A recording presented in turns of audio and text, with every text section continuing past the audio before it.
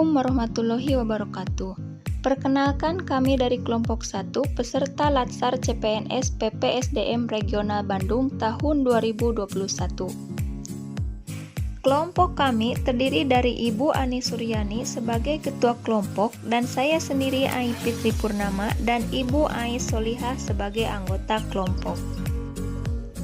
Berikut ini kami akan menjelaskan biografi tokoh milenial nasionalis didasarkan pada nilai-nilai Pancasila dalam penerapan fungsi ASN. Adapun tokoh yang kami pilih adalah Susilo Bambang Yudhoyono. Nama Susilo Bambang Yudhoyono atau yang lebih akrab disapa SBY pastinya sudah dikenal oleh banyak orang. Apalagi beliau merupakan salah satu orang terpenting dalam sejarah di negeri ini. Untuk lebih mengenal sosok Susilo Bambang Yudhoyono, mari kita simak penjelasan biografinya yang akan dipaparkan oleh rekan-rekan saya. Masa kecil SBY. Susilo Bambang Yudhoyono dilahirkan di Kabupaten Pacitan pada tanggal 9 September 1949 dari pasangan Raden Sukoco dan Siti Habibah. Ayah SBY merupakan salah satu anggota TNI dan sudah sejak lama berkecimpung di dunia militer, sehingga dari ayahnya lah SBY kecil mengenal dunia militer. Hingga saat lulus SMA, SBY memutuskan untuk menjadi salah satu anggota TNI dan menjadikannya salah satu jenderal di TNI Angkatan Darat. SBY terjun ke dunia politik. Pada tahun 2000, beliau mulai melangkahkan kaki menuju dunia politik.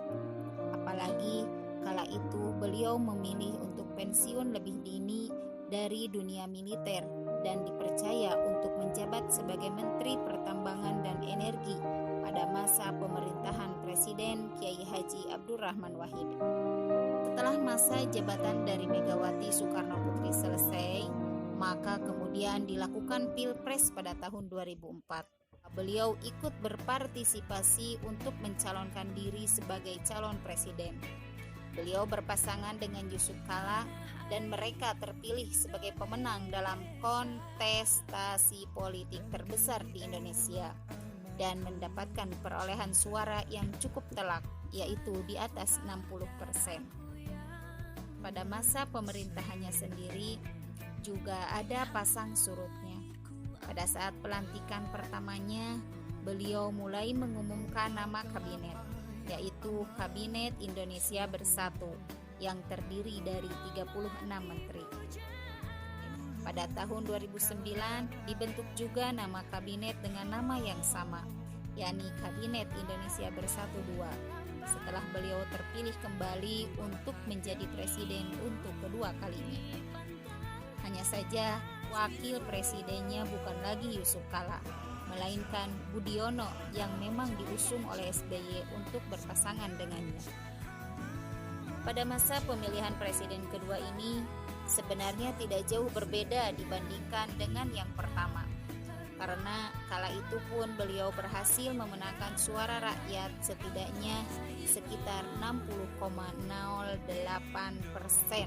langsung pada saat putaran pertama, sehingga tidak perlu dilakukan putaran kedua dan dinyatakan secara resmi pasangan tersebut menjadi pemenang dari pemilu tahun 2009. Lalu apa saja nilai-nilai dasar Pancasila yang diimplementasikan beliau dalam kepemimpinannya?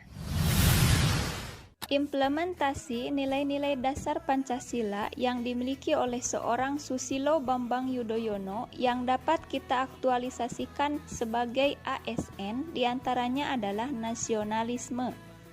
Hal ini ditunjukkan dengan beliau meluncurkan program bantuan operasional sekolah atau yang lebih dikenal dengan istilah BOS pada tahun 2005.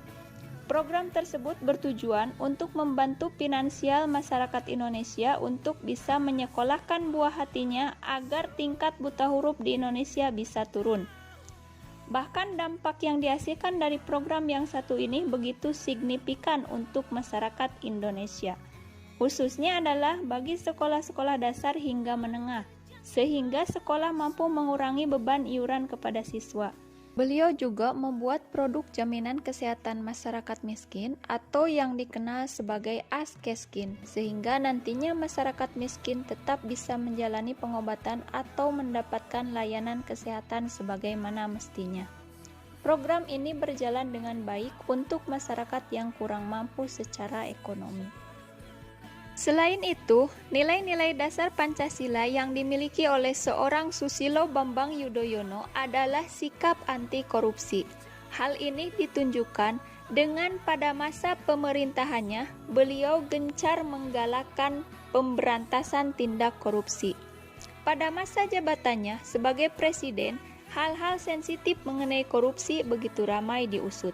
Tercatat di masa kepemimpinannya ada sekitar 200 lebih kasus korupsi yang ditangani. Beliau bahkan menyampaikan secara terbuka dukungan penuh kepada Komisi Pemberantasan Korupsi atau KPK. Walaupun kiprahnya tersebut belum maksimal, namun beliau menjadi pionir dalam pemberantasan tindak korupsi. Demikian penjelasan singkat kami tentang biografi tokoh milenial nasionalis.